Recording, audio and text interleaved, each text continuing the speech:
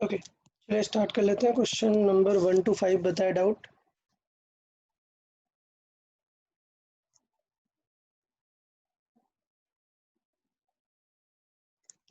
Question number 1 to 5, any doubt? No, sir. Okay No. Good. Okay, now 5 to 10 बताएं, any doubt?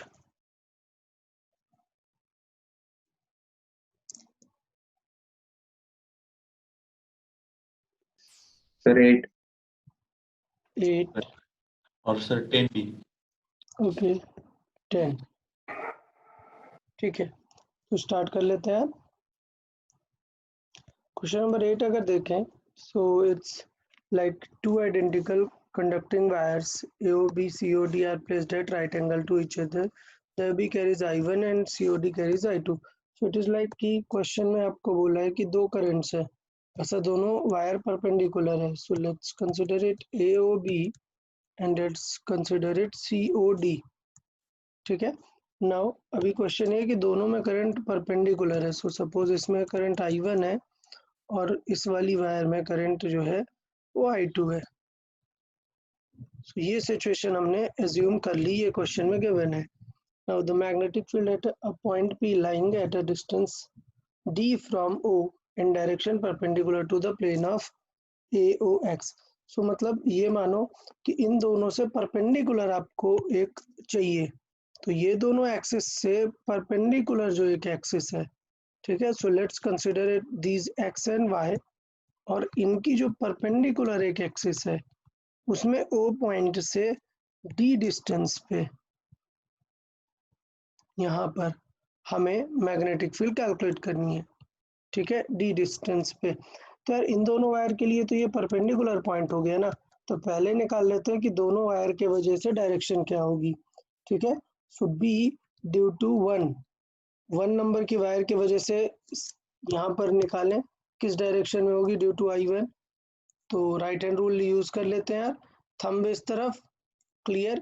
तो fingers इस तरफ कहाँ जाएंगी, डाउनवर्ड। चेक कर सकते हैं आप, ये परपेंडिकुलर अप पॉइंट है तो करंट इधर, फिंगर डाउनवर्ड, मतलब किस तरफ, जे कैप की तरफ, मतलब माइनस जे कैप की तरफ। डन। B2 चेक कर लेते हैं, थंब इनवर्ड, तो इस पे फिंगर्स किस तरफ जाएंगी, लेफ्ट की तरफ। तो ये B1 है और ये B2 है। सबको समझ आया यार? थंब अगर डाउन करेंगे तो फिंगर्स पॉइंट की तरफ पॉइंट करेंगे, परपेंडिकुलर टू द पाम किस तरफ पॉइंट करेगा, माइनस आई कैप की तरफ पॉइंट करेगा। ये डायरेक्शन दोनों को समझ आई या नहीं? हाँ सर आई। अच्छा, फॉर्मूला तो है अपना mu naught I by 2 pi R, 2 pi D. हाँ तो 2 पाई डी हो जाएगा। ये भी यहाँ पर यही है, बेसिकली हमें नेट चाहिए। तो बी नेट अगर देखें तो ये दोनों आई कैप और जे कैप है ना, मतलब क्या होगा, इनका स्क्वायर करके हमें ऐड करना पड़ेगा ना। तो इसका मतलब ये है कि अगर हमें बी नेट का मैग्नीट्यूड चाहिए तो क्या हो जाएगा, root of this square plus this square, मतलब root of I1 square plus I2 square. बाकी सारी चीजें तो बाहर आ जाएंगी, mu naught by 2 pi D. Okay, clear है? हाँ सर। हम्म, शुरू आया था लेकिन वो करंट किस लिए नहीं थी इसलिए। अच्छा अच्छा, नो प्रॉब्लम, ओके, चल गुड। देखिए क्वेश्चन नंबर 10 देखते हैं। सो 10 रीड करते हैं। Current carrying circular loop is freely suspended in a by a long thread. In which direction the plane of the loop will come to rest? Okay, तो मतलब ये है कि इस क्वेश्चन में आपको स्ट्रेट दिया हुआ है कि यार एक प्लेन थ्रेड है, ठीक है, ये, और इससे एक लूप को हमने होल्ड किया हुआ है, एक करंट कैरिंग लूप। डन। तो अभी बताना है कि ये किस डायरेक्शन में होल्ड होगा। तो यार इसका मतलब ये है कि कुछ और तो दिया ही नहीं है, ये इधर उधर क्यों मूव करेगा। तो पक्का यहाँ पर एक चीज यूज हो रही है, that logic is magnetic field of earth. ठीक है, so it is kept in magnetic field of earth। तो याद है मैंने अभी आप लोग को एटलीस्ट ये तो बताया कि जो कंपास होता है वो हमेशा किस तरफ इंक्लाइन होता है, मैग्नेटिक फील्ड की डायरेक्शन में। ये आपको पता है, बताया है मैंने यूज में कैसे ऑर्स्टेड ने एक्सप्लेन किया था डायरेक्शन, तो वहां पर उसने कंपास यूज किया। तो compass align towards magnetic field. तो कंपास जो है टूवर्ड्स मैग्नेटिक फील्ड अलाइन होता है। इसका मतलब क्या है? इसका मतलब ये है कि कंपास हमें पता है किस तरफ हमेशा पॉइंट करता है, नॉर्थ की तरफ। सो अर्थ की जो मैग्नेटिक फील्ड है वो किस तरफ है?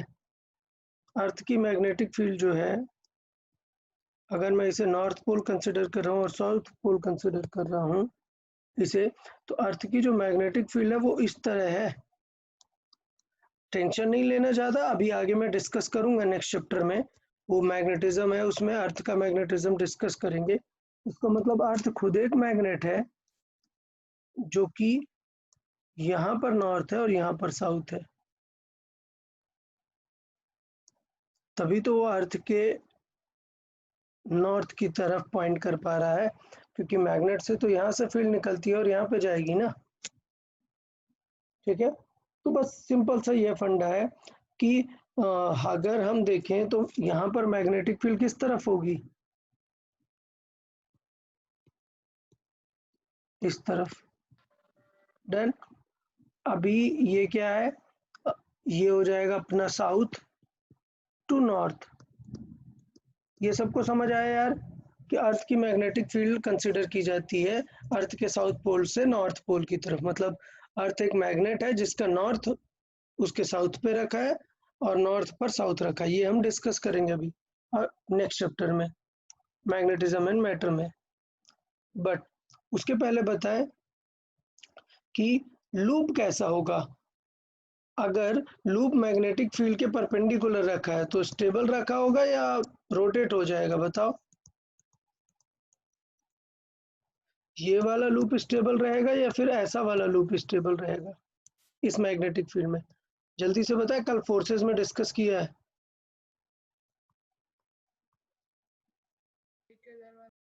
यार इसका एम किस तरफ होगा? जो परपेंडिकुलर रखा है लूप उसका एम किस तरफ होगा? ऐसे पैरेलल। हाँ जबकि इसका एम क्या होगा, इनटू या आउट? हाँ परपेंडिकुलर अगर एम 90 डिग्री बनाएगा तो टॉर्क लग जाएगा ना, मतलब ये घूम जाएगा। रोटेट हो जाएगा और ये स्टेबल रहेगा। सो इसका मतलब अगर वो रखा हुआ है, ठीक है, तो प्लेन ऑफ द लूप कब रेस्ट पे आएगा? जब प्लेन ऑफ द लूप होगा नॉर्थ साउथ में।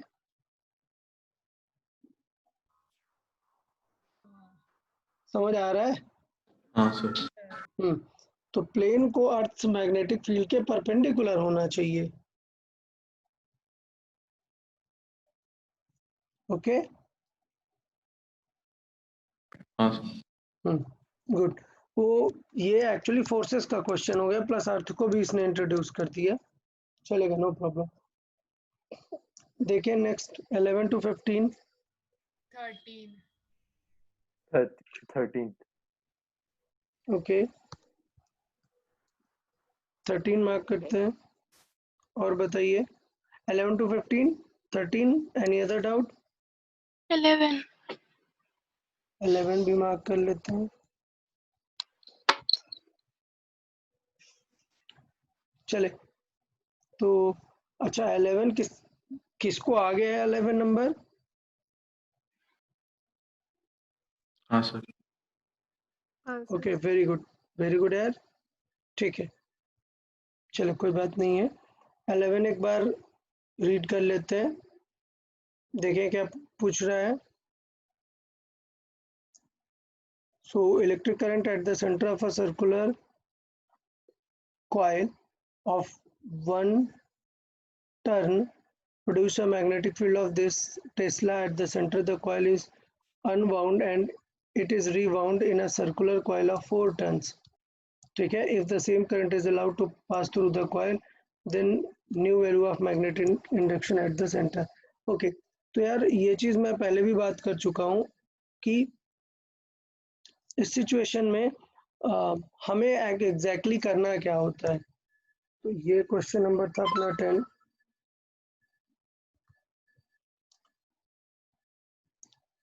क्वेश्चन नंबर 11 देख लेते हैं।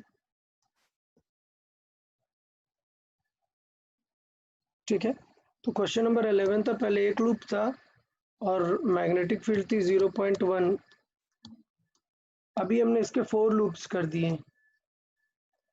ठीक है, बट अगर हमने 4 लूप्स किए सेम वायर से तो वायर का जो रेडियस है वो छोटा हो गया होगा ना। ठीक है, Yes. तो एट द एंड क्या चीज सेम है, लेंथ सेम है। एट द एंड क्या सेम होगी, लेंथ सेम होगी। ठीक है, तो इसका मतलब ये होगा कि इसकी लेंथ अगर 2 पाई आर है और मान लेते हैं इसकी नई रेडियस स्मॉल आर है, तो दोनों की लेंथ क्या होनी चाहिए, सेम। बट मान लेते हैं कि क्वेश्चन में गिवन है कि कितने अनबाउंड करके कितने टर्न्स बना है, 4 टर्न्स बना है। सो मतलब 4 टाइम्स 2 पाई आर जो है पुराने वाले 2 पाई आर की लेंथ के बराबर होना चाहिए। तो इससे पता चला कि जो न्यू आर है that is old by 4। Okay, अब मैग्नेटिक फील्ड निकालते हैं। जो ओल्ड मैग्नेटिक फील्ड थी वो आएगी mu naught I by 2 pi capital R. But ये जो न्यू है बी डैश वो है म्यू नॉट आई। अब एक चीज यहाँ पर हमें याद रखना है, तो क्वेश्चन नंबर 11 जो मैं बोल रहा हूँ वो आप लोग को एक पॉइंट याद रखना है, एकदम स्टार मार्क करके इस चीज को याद रख लो। क्या चीज याद रखना है कि जब भी कभी इसमें n नंबर ऑफ लूप्स हैं, n, तो सारे फॉर्मूले में अगर n लूप्स हैं तो हम कंसिडर करते हैं that current is flowing from this current is flowing from where in all these loops, so that means current is actually n times। मतलब देखो मैं समझाता हूँ इस क्वेश्चन में।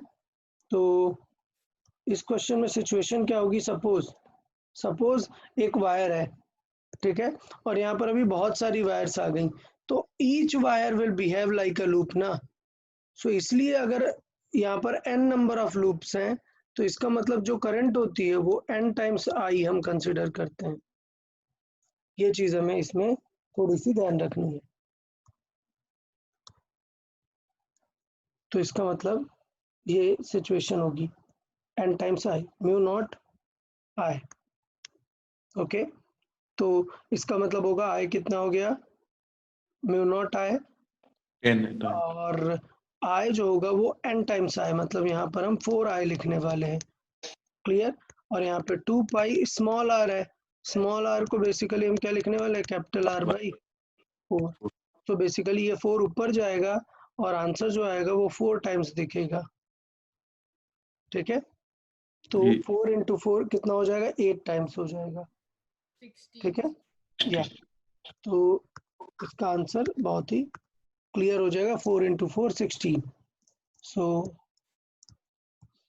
इसका आंसर आ जाएगा 1.60।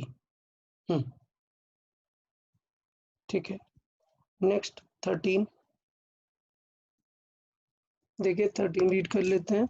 In the following figure the circular loop carrying I is not supposed to touch at point P on the straight conductor carrying the same current I। Okay, ये क्वेश्चन थोड़ा सा मिसिंग है।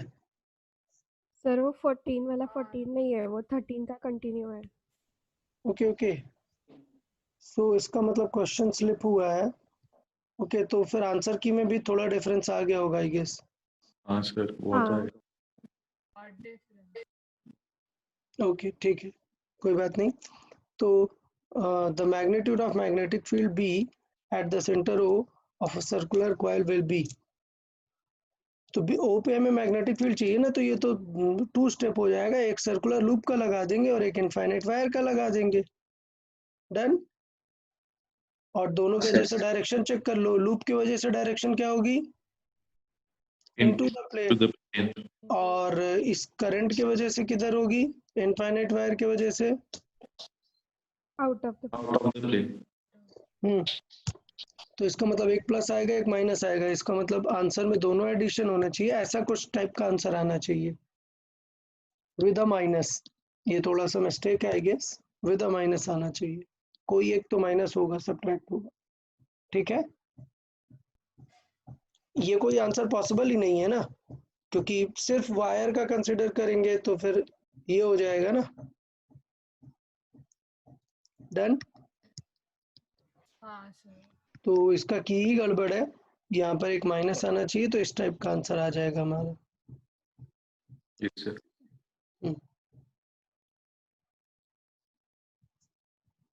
Okay next up to 20 बताएं। 19 19 Teen. 19 और कौन सा, Teen. Teen. 15 ये हाँ सर. रीड करते। A circular coil R radius the magnetic field due to coil at a point at the axis, coil located R distance with the coil। अरे ये तो ये वाला क्वेश्चन हो गया ना, एक्सिस पे R डिस्टेंस पे, डायरेक्टली बताया ना फॉर्मूला, हाँ सर. डिराइव नहीं करना, याद रखना है, ठीक है, नोट्स में है। सर 1 बाय क्या? आर को प्रोपोर्शनल आता है ना, उन्होंने 1 बाय आर स्क्वायर दिया है। ओके अभी पॉइंट क्या है, अगर हम इसके कॉइल के सेंटर पर देखते हैं, ठीक है, तो हमारा फॉर्मूला क्या हो जाता है पूरा बी का, mu naught I R square I by 2 on 2 under root R square plus X square to the power 3 by 2. ठीक है। अभी इसमें बोल रहा है कि x इज r इटसेल्फ, ठीक है, सो x इज r, नहीं सॉरी स्मॉल r डिस्टेंस पे, स्मॉल r डिस्टेंस पे, तो let's consider small r as x। तो ये हुआ, अभी यहाँ पे अज्यूम कर लो x is very very less than, sorry x is very very greater than r। Clear, ये कुछ उल्टा लिखा हुआ है, चले कोई बात नहीं, देख लेते हैं। x अगर बहुत ज़्यादा है r से तो क्या सिचुएशन होने वाली है, x को कॉमन लेके डिवाइड मार दो, तो ये वैल्यू बाइनोमियल टाइप छोटी हो जाएगी। सो mu naught I R square divided by, हमने एक्स स्क्वायर कॉमन ले लिया, तो एक्स स्क्वायर कॉमन लेंगे तो स्क्वायर कैंसिल आउट होगा, दिखेगा क्या एक्स क्यूब, और यहाँ पर क्या दिखेगा 1 plus R square by X square. Clear.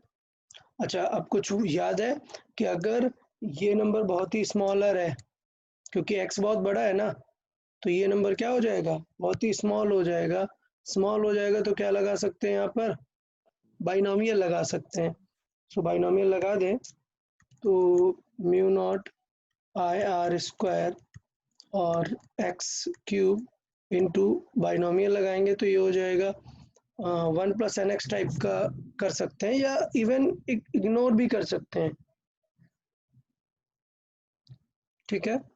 तो यूजुअली अगर देखें तो हमें ये लिखना चाहिए 1 प्लस ये एन एक्स वाली value 3/2 R square by X square, ठीक है। बट अगर आपने इसका मल्टीप्लाई कराया तो फिर से वो वही बात होगी ना, there will be X cube plus something, तो ऐसे प्रोपोर्शनलिटी तो बता ही नहीं पाएंगे ना। इसका मतलब है we need to consider it that much small as compare to a, कि इसे हम नेग्लेक्ट कर सकें। सो बेसिकली 1 प्लस क्या कंसिडर करना है, नियरली 0 कंसिडर कर लेना है इस चीज को, ठीक है, बहुत ही स्मॉलर वैल्यू। सो इनडायरेक्टली आपको क्या दिखेगा, inverse of x cube type दिखेगा। हाँ. तो ये चीज थोड़ी सी आपको समझनी पड़ेगी, क्योंकि प्लस है, अगर आपने इसे बाइनोमियल भी लगाया तो आंसर कुछ आएगा एक्स क्यूब प्लस समथिंग, समझ आया, ये आएगा, तो वो एट द एंड फिर सॉल्व नहीं होगा। सो इसलिए हम इसे कंसिडर करेंगे cancelled. Okay next, and B 2 points current carrying loop, battery EMF E, internal resistance AB connected, what is the resultant magnetic at the center of the coil। Okay तो इसका मतलब battery को connect किया यहाँ से, तो ये तो यार वो वाला क्वेश्चन हो गया ना, काय टेंशन में आ गए तुम लोग, ये तो स्प्लिट वाला क्वेश्चन हो गया, यहाँ से गई और स्प्लिट हो गई दो पार्ट में, याद है? तो अगर सेल्फ स्प्लिट हुई है और वापस आ गई है तो यहाँ पर आंसर क्या आने वाला है? 0। 0। सर पीछे डी दिया है। हाँ वो सर पूरी आंसर की गड़बड़ हो गई होगी ना, पूरी आंसर की स्लिप हो हाँ चुकी होगी। हाँ, ठीक है, नेक्स्ट बताएं 21 to 25।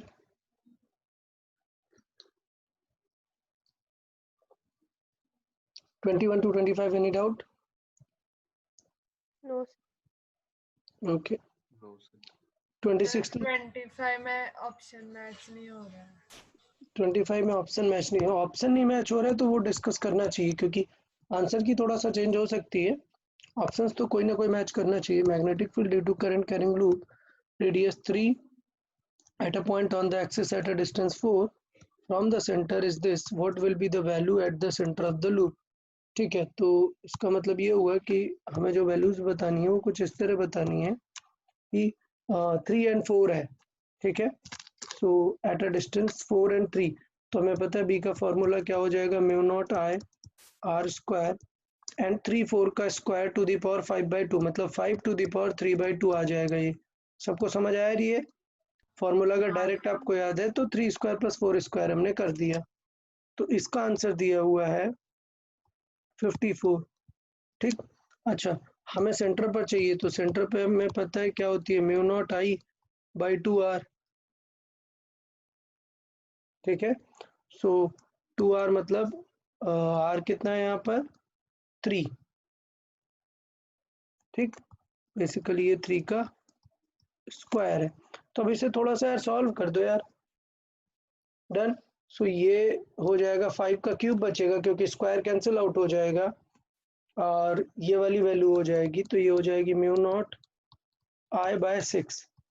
हमें जो आंसर चाहिए वो म्यू नॉट आई बाई 6 चाहिए। यहाँ से देखो म्यू नॉट आई की वैल्यू कितनी आ जाएगी, आ जाएगी 54 का क्यूब बाई 3 का स्क्वायर। सो बेसिकली 1/6 रहेगा ही रहेगा। इस इक्वेशन से म्यू नॉट आई की वैल्यू देखो, सो 5 इधर जाएगा और ये इधर डिवाइड में आएगा, मतलब लिखा रहेगा 54 इंटू 25, नहीं सॉरी 5 का क्यूब एक्चुअली, अपॉन 3 का स्क्वायर 9। डन। तो ये अभी सॉल्व कर लो, कितना आएगा ये? 250 में ठीक है, आ रहा है, कितना आ रहा है सॉल्व करके? तो ऑप्शन डी आ रहा है। डी आ रहा है, ओके गुड। ठीक है, नाउ अप टू 30 बताएं।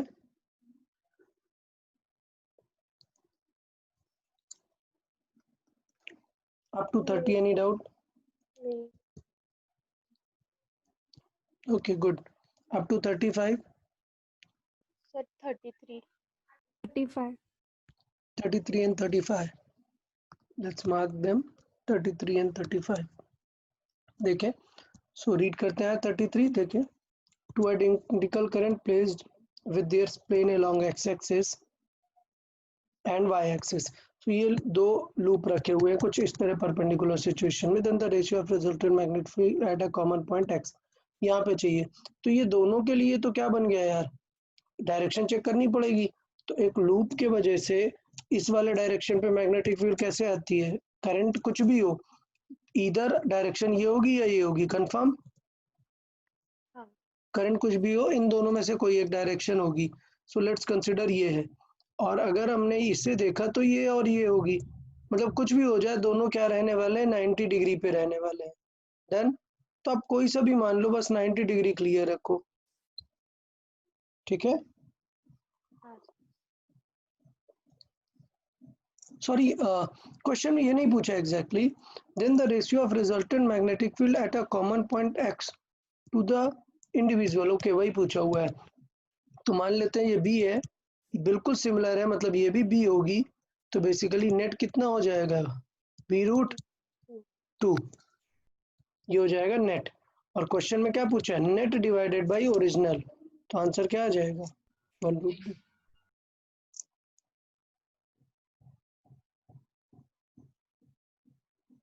सॉरी नेट डिवाइडेड बाय नहीं, या सही है, नेट डिवाइडेड बाय दिस पूछा। कभी भी अगर आंसर सिमिलर मिले लाइक 1/√2 और √2/1, एक बार तुरंत फिर से रीड करना है कि कहीं क्वेश्चन में उल्टा तो नहीं पूछा, इतनी मेहनत करने के बाद आंसर अलग आ जाए। हाँ सर। ओके, रीड करते। The magnetic field eight the centre of a current carrying circular loop area this what is the magnetic moment of the coil। Okay, ये तो पुराना वाला डाउट हो गया ना। मैग्नेटिक मोमेंट जल्दी से बताओ यार, क्या था मैग्नेटिक मोमेंट का फॉर्मूला? NIAB। NIA, ठीक। बट प्रॉब्लम यहाँ पर ये है कि B की वैल्यू हमें दी थी। B की वैल्यू कितनी होती है सेंटर पर? μ0I/2R। 2R। रख दो यहाँ पर I की value in terms of B। Done. हाँ सर।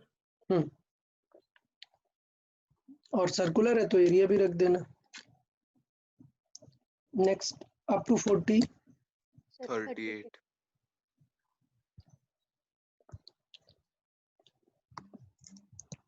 38। सर 39। 39 मैच नहीं हो रहा है। 39। ओके, चलो डिस्कस करते हैं। सॉरी, कौन सा sir number? 38, 39 are marked. Any other? 40। 40 भी मार्क कर लेते हैं, चले। So a conductor of length 10 is bent in an arc of circle of radius this. How much current should be passed through the conductor to produce a magnetic field of this Tesla at its center? ठीक है, okay. Is bent into an arc of a circle of radius this. तो यार मतलब कुछ ऐसा situation है कि ये लेंथ अभी कितनी है? 10 सेंटीमीटर है और इससे हमने बना लिया आर्क। तो यार ये तो 10 ही रहने वाली है, ये तो 10 सेंटीमीटर ही रहेगी। बट काम की बात ये आ गई कि अब ये एक ऐसे सर्किल में है जिसका रेडियस जो है आर, वो जो है 20 सेंटीमीटर है। ये क्वेश्चन है हमारा, ठीक। तो क्वेश्चन यार समझ में आ गया यार सबको? तो अब क्या करना पड़ेगा कि मैग्नेटिक फील्ड इतने टेस्ला चाहिए, तो प्रॉपरली सॉल्व करना है बस। समझ आया ना? B is equal to, formula लगा दो यार। क्या फॉर्मूला होता है आर्क के लिए? आर्क के सेंटर पे μ0I/4πr into 4 theta। pi into theta। Into theta. और थीटा यहाँ से कैसे निकाल सकते हैं बताएं? r theta। R theta। R theta, ठीक है। सो यहाँ से निकाल सकते हैं angle, that is theta. Angle is equal to arc over radius. Done. Arc over radius. तो इस तरीके से हमें पता है कि आर्क 10 है, रेडियस 20 है, तो ये कितना आ गया? 1/2। और हमें पता है कि थीटा सिंपली कैलकुलेट किया हुआ है, मतलब रेडियन में आया होगा, और हमें यहाँ पर रेडियन ही चाहिए होता है। रख दें, बी की वैल्यू रख दें, आई की वैल्यू आ जाएगी। ओके, 39 देखते हैं।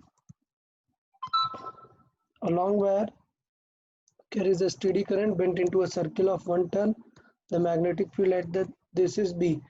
Then it's bent into n turns. Then this. तो इसका मतलब ये हुआ कि पहले था ये 2πr, अभी ये बहुत n टर्न्स वाला बना दिया हुआ है। तो इसका मतलब क्या हो जाएगा? इसका जो रेडियस होगा वो n टाइम्स हो जाएगा 2πr अपना इसका रेडियस। तो इसका जो न्यू रेडियस है वो कितना आ रहा है? r बाई स्मॉल है, ठीक है। लेकिन हमने अभी जस्ट बताया ना कि मैग्नेटिक फील्ड भी बदल जाती है क्योंकि करंट भी बदल जाती है। सो बेसिकली करंट भी हम कैसी कंसिडर करने लगते हैं? n टाइम्स, ठीक है, स्मॉल r। तो इसका मतलब स्मॉल r को लिखेंगे r बाई n, तो एट द एंड हमें क्या दिखने वाला है? n² दिखने वाला है। ये करेक्ट आंसर होगा, ठीक है। हाँ सर। 40 देखें।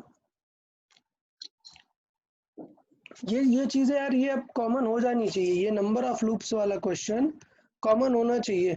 जितने लूप्स उतने टाइम्स ऑफ करंट जरूर दिखाएंगे यहाँ पर। Okay, so a circular coil radius r, number of turns n, carries this. The field at a small distance h along the axis of the coil center are measured. What is the relation between B center and B axis? ये तो किया है ना यार, अभी यही तो बताया था। हाँ ये पता है तो ये हमने डिस्कस किया है ऑलरेडी, हमारे पास फॉर्मूला है बी सेंटर जो होगा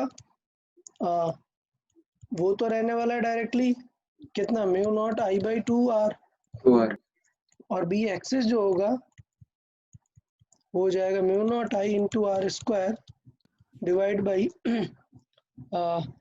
are square plus H square, H height पे टू द पावर 3/2। अभी देखो हमें एच वाई समथिंग चाहिए, तो क्या करना चाहिए, आर स्क्वायर कॉमन लेके कैंसिल आउट कर दो, तो ये क्या हो जाएगा mu naught I R square, और हम आर कॉमन लेंगे तो ये पावर 3/2 है, पावर 3/2 है, मतलब कि कैंसिल आउट हो जाएगा, 2 कैंसिल आउट होगा, बचेगा क्या आर क्यूब, और क्यों और ये 1 plus H square by R square to the power 3/2। बस सॉल्व हो गया। एक आर स्क्वायर कैंसिल, रिमेनिंग आएगा आर, और ये म्यू नॉट बाई आर आ जाएगा क्या बी सेंटर बाई 2, तो 2 दिखेगा और ये चीज दिखेगी। कुछ मिसिंग है, 2 नहीं दिख रहा है। सर वो बी एक्सिस में नीचे 2 आएगा ना? भी आएगा ना। फॉर्मूला में 2 होता है नीचे। अच्छा हाँ। हाँ, सॉरी माय मिस्टेक, या यहाँ का 2 मिसिंग है थोड़ा, या तो 2 आ रहा है, ठीक है, डायरेक्ट दिख जाएगा। ओके, तो ये होगा आंसर आई गेस, सी होगा। सी होगा। हाँ। क्यों? ओ या B axis is B centre divide by this, हाँ ठीक है। चलो 50 अप टू 45 बताएं। Sir 41 42 sir 41। 41 ठीक है, देखें 41 देखते हैं क्वेश्चन, ठीक है 42 भी देखेंगे, 43 भी देखेंगे। चले तो 41 देख लेते हैं। इसमें डाउट क्या है, यही लूप पे यहाँ पे फील्ड बतानी है क्या जस्ट?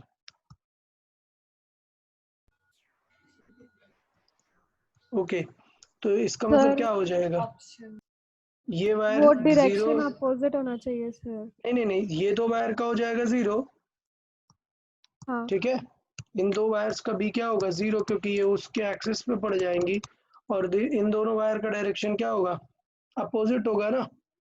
एक ये, एक सेकेंड, कुछ गलत है यार ये फिगर, हाँ सर ये वो करंट ऐसे अपोजिट फ्लो हो होना। रही है तो ये ऐसे होनी चाहिए,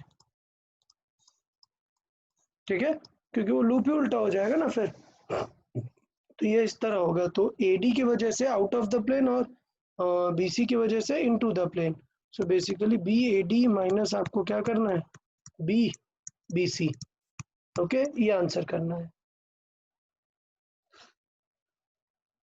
डाउट कोई इसमें? ओके है, हाँ दोनों सर। का एंगल 30 डिग्री है। 42 देखें, current carrying loop consist of 3 identical quarter circle, these are lying positive quadrant, this the center join, what is the value of B? मतलब क्या है, ये कुछ इस टाइप का क्वेश्चन बन रहा है I guess, lying in the positive quadrants of this, इसका मतलब ये XY YZ और ZX प्लेन्स पे है, ठीक है, तो आइडेंटिफाई करना है XY प्लेन मतलब क्या हो जाएगा, ये क्वाड्रेंट है XY प्लेन, उसके बाद क्या हो जाएगा, Z भी बना लेते हैं, Z प्लेन भी बना लेते हैं, तो ये अपना XY प्लेन है और ये Z प्लेन है, इन तीनों में, तो पहला XY में है, दूसरा YZ में है, YZ मतलब ये,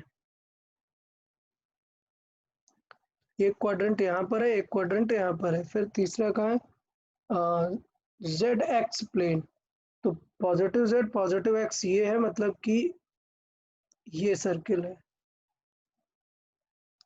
समझ आया? सो बेसिकली उसने क्या किया, तीनों आपको प्लेन में दे दिया है, तो तीनों प्लेन की वजह से डायरेक्शन निकाल लो, आई कैप जे कैप देखना, बस यही इंपॉर्टेंट है। समझ आया सबको यार?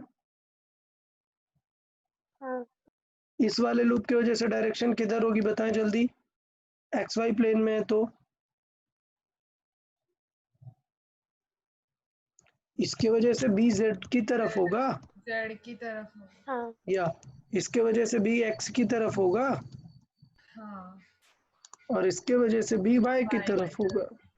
बाकी फॉर्मूला रख दो, वेक्टर फॉर्मेट चाहिए। देखिए next, circular coil and turns radius r carries this at the center, bp is at the axis, x less than r.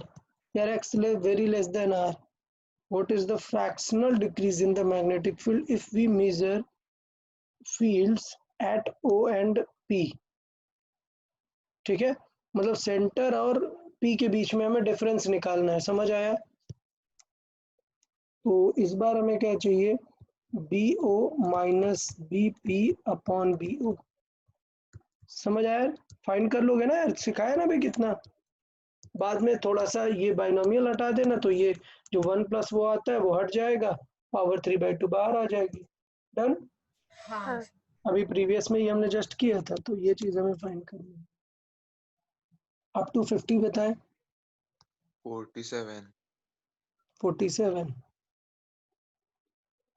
Any other up to 50? 49 and 47। देखें, current I flows through the conductor of coaxial cable and return through the outer conductor of cable if r1 r2 are the diameter the magnetic induction at a distance x meter from the cable। मतलब कुछ ऐसा है शायद, coaxial cable inner conductor। Okay, मतलब ये situation है कि एक ऐसा coaxial केबल, एक ये केबल है और एक आउटर केबल है, ठीक है। तो मतलब ये है कि बीच का स्पेस पता नहीं है खाली है या नहीं है, क्या है, बट कुछ ऐसा सिनेरियो दिया हुआ है कि ये डबल केबल है। अब करंट क्या है, current I current flows along a inner conductor of coaxial cable and returns through the outer conductor. तो ये हो रहा है, ये करंट यहाँ से जा रही है और रिटर्न कहाँ से आ रही है, यहाँ से आ रही है।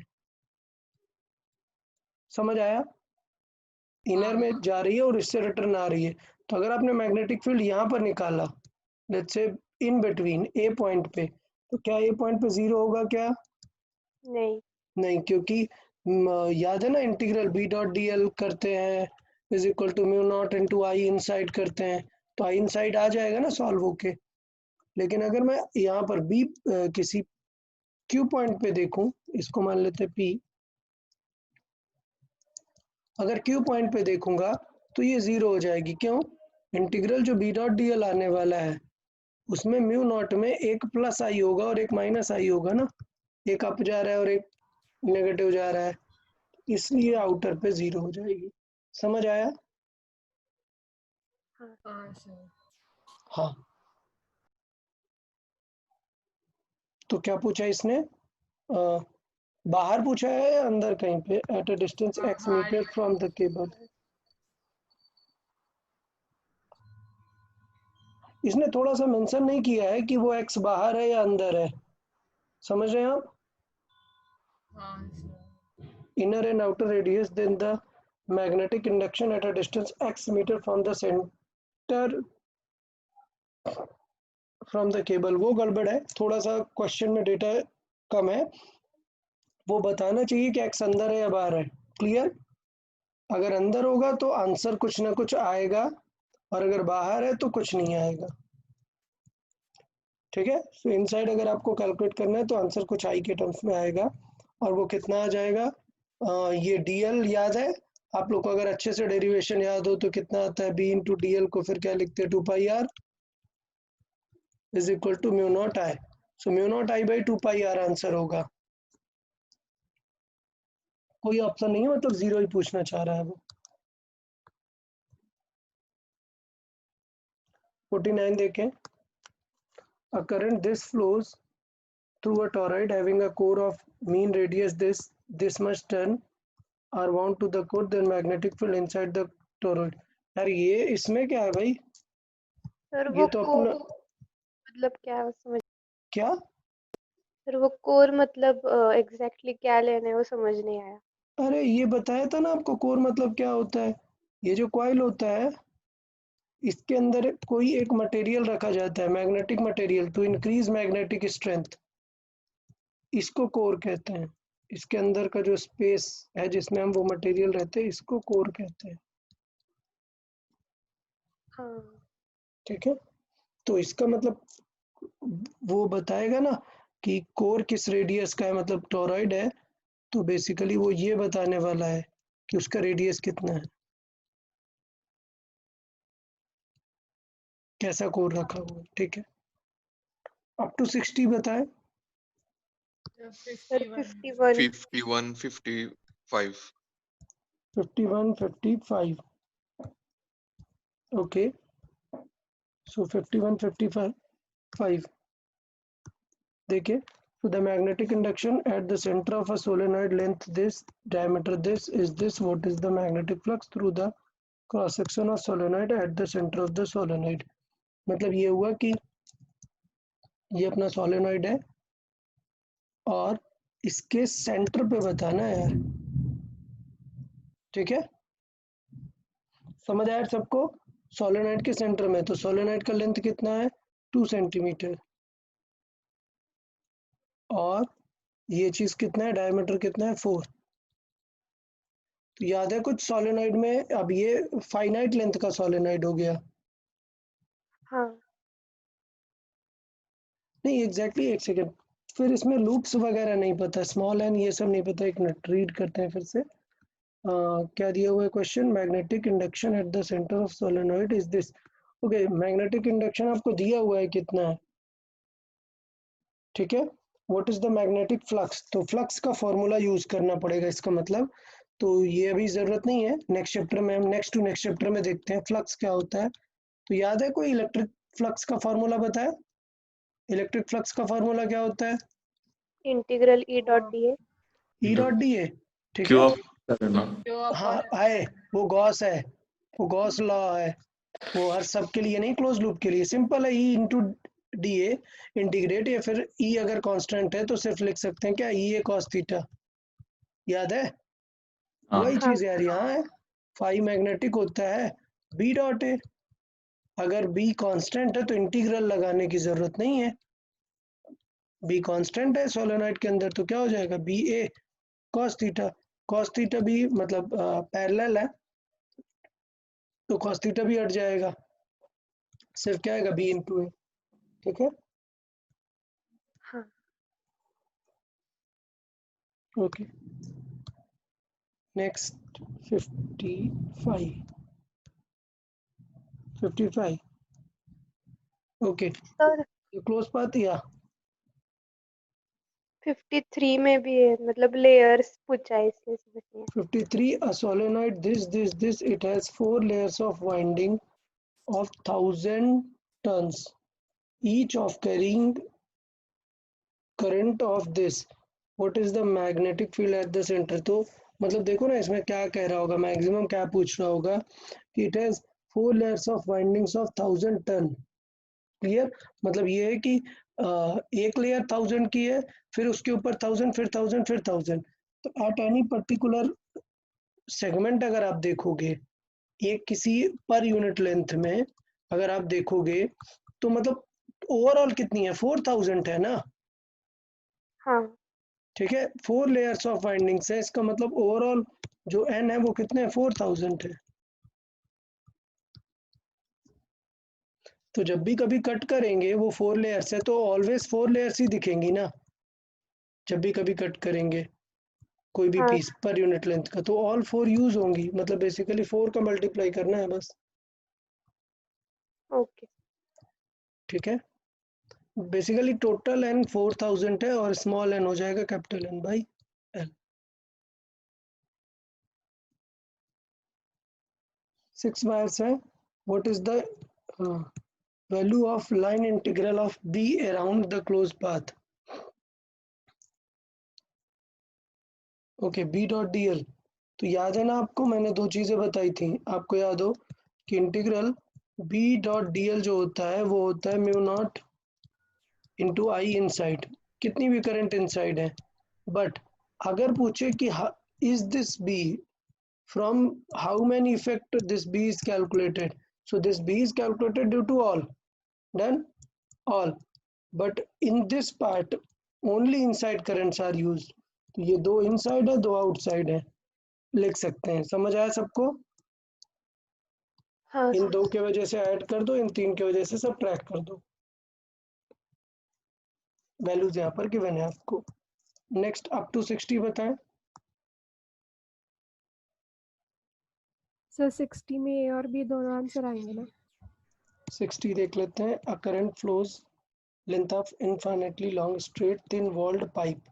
Long straight thin walled pipe, okay, मतलब कि कुछ ऐसा है, उसका जो वॉल थिकनेस है वो काफ़ी कम कंसिडर करना है, बट फिर भी थोड़ा कंसिडर कर लेते हैं, उसके अकॉर्डिंग जज करेंगे क्वेश्चन क्या है।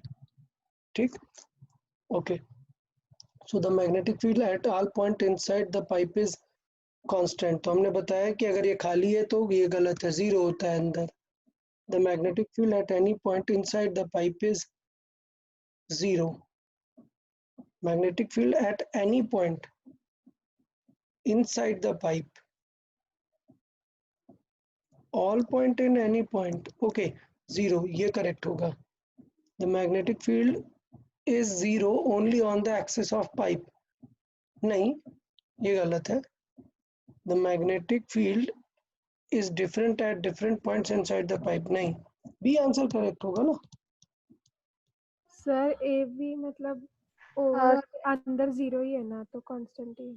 अरे वाह, अरे वाह यार, सिंगल करेक्ट क्वेश्चन है, ऐसे नहीं करते हैं, जीरो को ऐसे हाँ कांस्टेंट नहीं बोलते। ठीक है, जब जीरो दिया है तो जीरो ही चूज करेंगे। हाँ सर। चले, ठीक है, नेक्स्ट प्रैक्टिस शीट डिस्कस कर लेते हैं। ओके, सो मैग्नेटिक फोर्सेस में बताया 1 to 5, एनी डाउट? 1 2 3 क्या बोल रहे हो, ऐसा सारे ही बताना है? सर थर्ड में। थर्ड नहीं। चलो कोई बात नहीं, कोई बात नहीं, डिस्कस कर लेते हैं। The figure shows 4 direction of v vector positively charge particle moving through a uniform b field. ठीक है, directed out of the plane. So b की हमें डायरेक्शन दी हुई है, नहीं एक मिनट, कुछ गड़बड़ है क्या? ई डायरेक्टेड आउट है, ठीक है, ई डायरेक्टेड आउट है, बी इधर है। तो अभी क्या दिया हुआ है, for all 4 directions which might result in a net force of zero. किस पे नेट फोर्स जीरो लग सकता है पॉजिटिव चार्ज में? तो ये बताओ, इलेक्ट्रिक फोर्स किस तरफ होगा? अगर ये इलेक्ट्रिक फील्ड आउटवर्ड है और प्लस ये है, तो इलेक्ट्रिक फोर्स किस तरफ होगा? Out of the plane. Out of the plane. तो ये बिल्कुल क्लियर है, ई होगा आउट, सॉरी एफ ई होगा, वो आउट ऑफ द प्लेन होगा ना, तो F E out of the plane. तो कब कैंसिल आउट हो पाएगा ये? जब मैग्नेटिक फील्ड किस तरफ हो? Into the plane. Into the plane, it must be into the plane. बताओ भाई, इतना क्या टफ क्वेश्चन बन गया? देखो किस तरफ इनटू द प्लेन आएगी, बी लेफ्ट में है, फोर्स इनटू द प्लेन किस केस में आएगा? फोर्थ में। या समझ आया भाई? हाँ हाँ अब जिसे डायरेक्शन में प्रॉब्लम है वो प्रीवियस लेक्चर अच्छे से देखे, राइट हैंड थंब रूल बार बार बोला है, पाम रूल यूज कर सकते हैं बार बार फोर्स के लिए। So thumb towards the speed, magnetic field की तरफ finger perpendicular to the palm should be downward. तो पहले ही हमें अपना हैंड प्लेन पे रखना है, because perpendicular to the palm is downward, fingers B की तरफ, लेफ्ट की तरफ, thumb you will see pointing downward. तो इस तरीके का सिनेरियो हो जाएगा, fingers will be like this. ठीक है, चले सेकेंड नंबर देखें।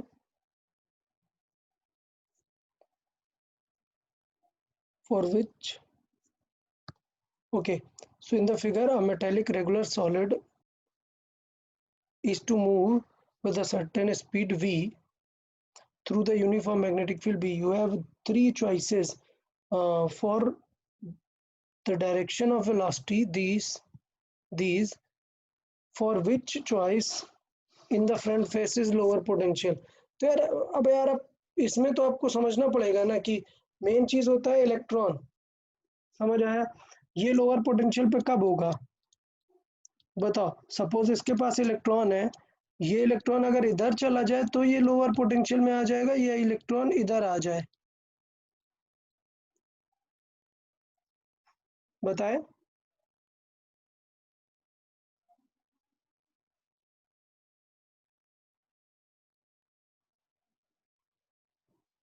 अरे यार, plus minus, plus lower potential होता है, minus lower potential. Minus. Minus lower potential. Electron इधर से इधर जाएगा तब माइनस आएगा, या इधर से इधर जाने में? First case. First case. ये हो रहा होगा, इलेक्ट्रॉन जा रहा होगा, मतलब इलेक्ट्रॉन जिधर जाएगा वही लोअर पोटेंशियल होगा। अरे भाई, समझा कि नहीं? हाँ हाँ हाँ सर। इलेक्ट्रॉन जिस फेस पे जाएगा, जिस फेस पे जाएगा वहां पर नेगेटिव ज्यादा हो जाएगा और अदर पे पॉजिटिव हो जाएगा, तो इसका मतलब क्या हो जाएगा, ये लोअर पोटेंशियल हो जाएगा। अब देखो कि किस केस में इलेक्ट्रॉन उस तरफ जाएगा, किसके तरफ, फ्रंट फेस की तरफ। डन। हाँ ठीक है, तो बताओ कौन सी वेलोसिटी होनी चाहिए जब वो फ्रंट फेस की तरफ आ जाए। सोचो वेलोसिटी किस तरफ होनी चाहिए कि वो फ्रंट फेस में आ जाए। पहली बात, बी के अलॉन्ग होगा तब कुछ काम होगा क्या? अगर बी के अलॉन्ग नहीं। लेके जाओगे कोई फोर्स लगेगा क्या? नहीं। अरे भाई ठीक है, हाँ हाँ बी हाँ के अलॉन्ग लेके जाएंगे नहीं लगेगा। चलो वाई के अलॉन्ग लेके जाएंगे तब किस तरफ फोर्स लगेगा? into the into the plane. Into the plane लगेगा, मतलब हाँ, उस साइड वाले पे होगा, इनटू द प्लेन होगा। बट ये तो इलेक्ट्रॉन है ना, फोर्स हम एक्चुअल बोल रहे हैं into the plane, but electron मतलब उल्टा होगा ना, तो फोर्स हाँ किस तरफ आ जाएगा, इस फ्रंट फेस पे आ जाएगा इलेक्ट्रॉन्स। समझ आया? तो ये होगा पॉजिटिव पे कहाँ लगेगा एफ, ये है वी, ये है एफ पॉजिटिव, और ये डायरेक्शन हो जाएगी एफ नेगेटिव। ठीक है, इलेक्ट्रॉन पे फोर्स कहाँ लगेगा, तो सारे इलेक्ट्रॉन कहाँ पर आएंगे, फ्रंट फेस पर आ जाएंगे। हाँ हाँ ठीक है, हाँ सर। तो ये आंसर हो जाएगा। चलो ठीक है, नेक्स्ट थर्ड नंबर, ये भी बताना है। नहीं। ठीक है, सुने, हमें बी पता है, फोर्स पता है, वी पता है, करना क्या है इसमें। In which situation the orientation of vector are physically reasonable, किस में ऐसा पॉसिबल है, तो देख लो यार कौन सा सिचुएशन पॉसिबल है यार। सभी पॉसिबल। सभी पॉसिबल है, सभी। बी। ठीक है, सर नहीं, सभी सभी। अच्छा सभी पॉसिबल है, ठीक है यार। देख लो यार, बहुत ही सिंपल सा सिनेरियो है, एंगल बना के वेक्टर देख लेना है कौन सा डायरेक्शन।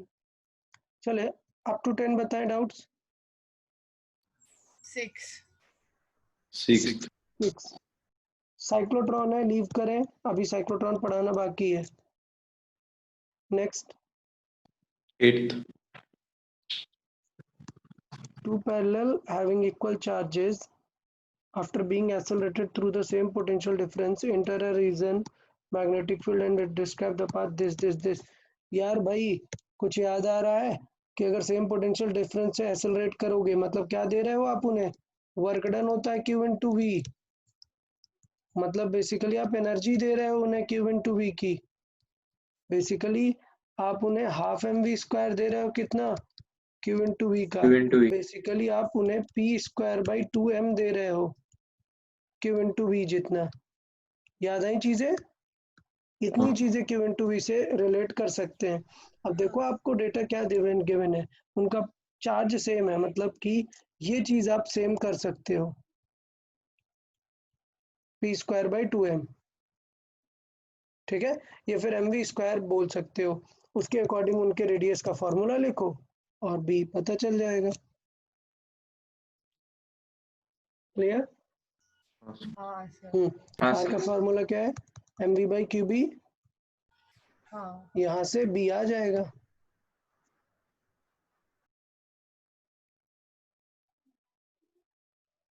अच्छा एक सेकेंड, एम कहाँ से आएगा, एम की प्रॉब्लम है। हाँ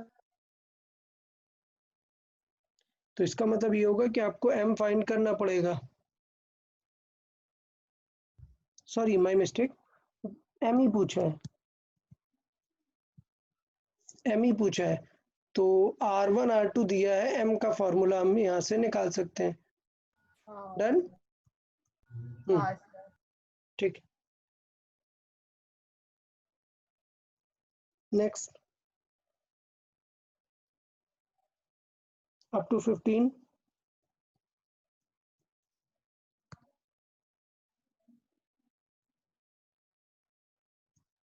Up to 15, any doubt? नहीं sir. Okay, up to 20.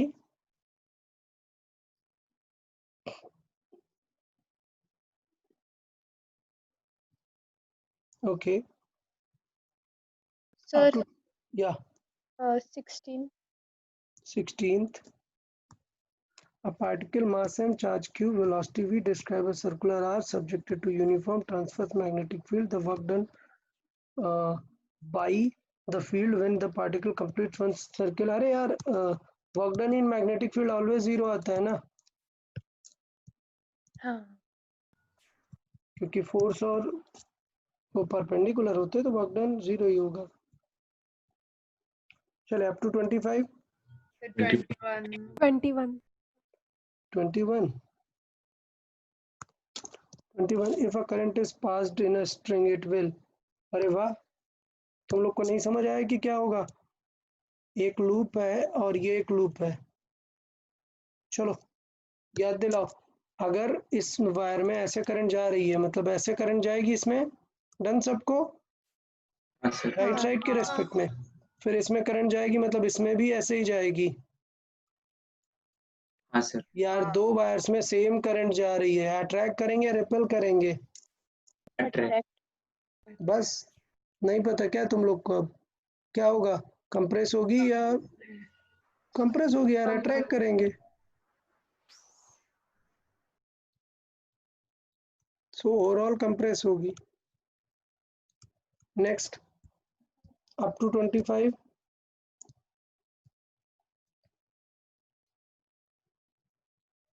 Okay, up to 30.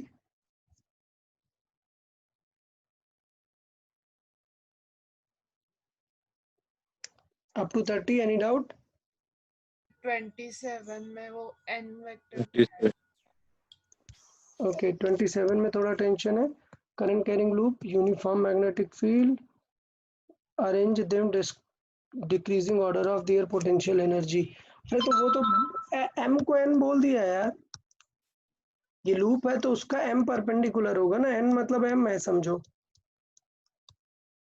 हाँ ठीक है, तो डिफरेंट डिफरेंट एंगल दिया है, आपको पता है कॉस थीटा लगाना है, बस समझ आया। और विद साइन ये याद रखना, माइनस यहाँ पर एन कैप कर लो, एन भी साइन कॉस थीटा।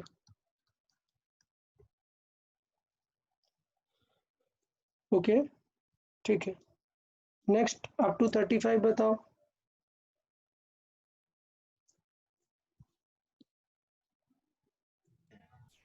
32. 32 देखें। 32 figure shows situation with sir an electron, या 29 एक बार बताओ। ओके 29 भी मार्क करते हैं। Travel through a uniform magnetic field be in each case what is the direction of magnetic force on the electron? यार ये तो मतलब क्या बात थी, आंसर गलत है क्या? आपको क्या टेंशन हुआ? आपको इलेक्ट्रॉन दिया है तो उसका अपोजिट आंसर होगा। सो फर्स्ट केस में हाँ बताओ फोर्स कहाँ पर लगेगा? नेगेटिव जरा। हाँ सर हाँ मैं वो सही इलेक्ट्रॉन नहीं पढ़ा यार, था। तुम लोग को समझ नहीं आता है, मतलब लेक्चर में चिल्ला चिल्ला के बताते हैं यार कि देखो, अलग से लिखा देते हैं कि यार पॉजिटिव चार्ज होगा तो ये करना, और अगर इलेक्ट्रॉन है तो जस्ट उसका आंसर उल्टा कर देना। ठीक है, 29 देखें। हाँ ये ना हाँ 29, इसमें क्या टेंशन है? इलेक्ट्रॉन मूव हो रहा है, बस वही टेंशन होगा तुम लोग का। क्या पूछ रहा है? An electron moving with the speed you the positive x-axis at y is equal to 0, enter the region B change हो रहा है, which exit the electron exist from the region after some time with the speed v. Then ठीक है, तो basically v magnetic field है। तो ये बताओ, सबसे पहले ये बताओ कि कभी इलेक्ट्रॉन का जो स्पीड है, आप समझ रहे हो, वो चेंज होता है क्या मैग्नेटिक फील्ड में? नहीं। नहीं, मैग्नेटिक फील्ड चाहे कैसी भी हो, किस भी डायरेक्शन में हो, स्पीड नहीं चेंज करा सकती है। हाँ। समझ आया? हाँ, तो इसका मतलब अगर मैं बात करूं तो फाइनली जो स्पीड रहने वाली है वो तो सेम रहेगी, हाँ। ठीक है, बट हमें देखना है कि निकलेगा किस तरफ वो चार्ज पार्टिकल। डन। तो इसका मतलब magnetic field into the plane, motion है इस तरफ, फोर्स किस तरफ होता है? अगर मैं दिस अकॉर्डिंग देखूं तो फोर्स होगा इस तरफ, बट ये पॉजिटिव वाला फोर्स होगा। समझ आया? तो इसका मतलब इलेक्ट्रॉन किस तरफ निकलेगा? नीचे की तरफ निकलेगा, सो y लेस देन 0 वाला होगा। यस। हाँ सर। ठीक है, अप टू 40 बताएं। सर 33। 33? यार 33 तो स्ट्रेट दिख रहा है ना, ये फोर्सेस निकालने हैं तुम्हें और रिजल्टेंट निकालना है। क्या लिखा हुआ है? Close carrying this uniform magnetic field this F1 F2 are in the plane of the paper along the direction the force on segment QP। तो यार आपको पता होना चाहिए ना कि नेट फोर्स क्या होता है? 0। 0 होता है, और आपको पता है कि QP बिकॉज प्लेन पे, सब पे प्लेन पे फोर्स है, मतलब इस पे भी ऐसे ही आएगा वायर के परपेंडिकुलर।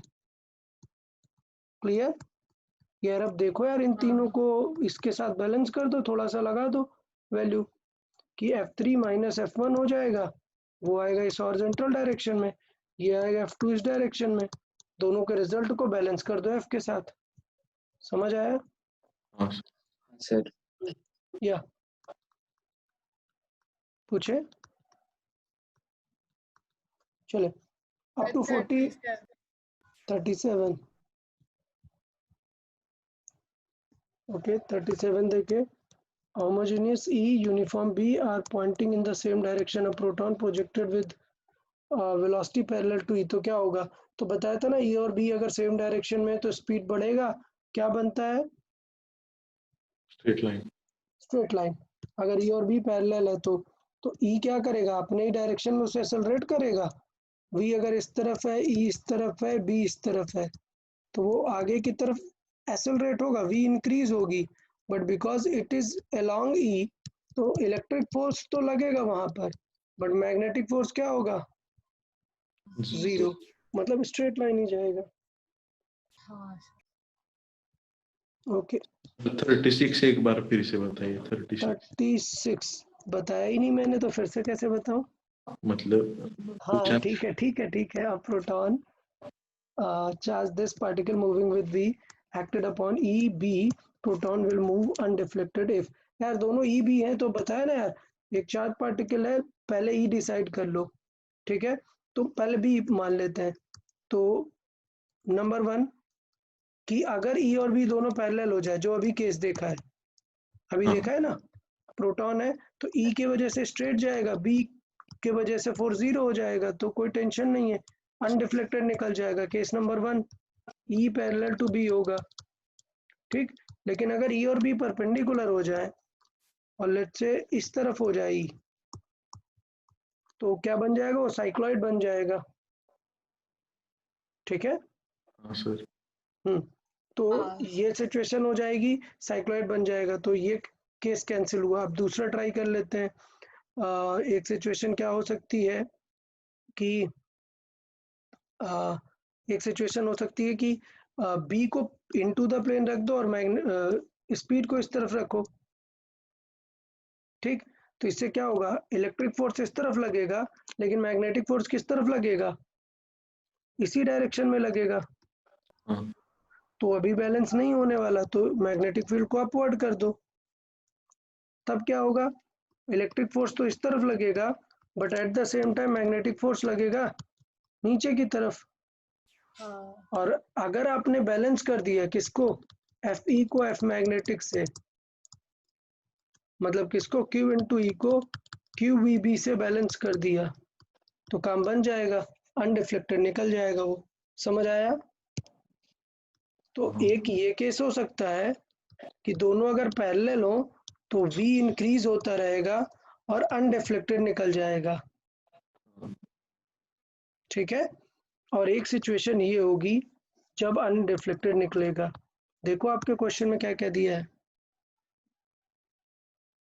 सी हो जाएगा जब v की वैल्यू e बाई बी हो जाएगी, ठीक है, हाँ एंड बोथ आर पैरेलल, तब हो जाएगा। क्वेश्चन को बोलना चाहिए था अनडिफ्लेक्टेड विद कांस्टेंट स्पीड। अगर कांस्टेंट स्पीड होगा तो केवल सी आंसर आएगा, अगर नहीं है तो ये भी केस हो सकता है ना। अभी जस्ट तो देखा हमने, क्लियर है यार? हाँ ठीक है, अप टू 42 एनी डाउट? नहीं चलिए यार, तो यार आज के लिए इतना काफी रखते हैं। अच्छे से टेस्ट का प्रेप करना है, कुछ भी डाउट रहता है तो आप पूछ सकते हैं, व्हाट्सएप कर सकते हैं। ओके हाँ okay then, bye bye everyone, bye bye bye bye sir. Bye bye sir. Bye everyone.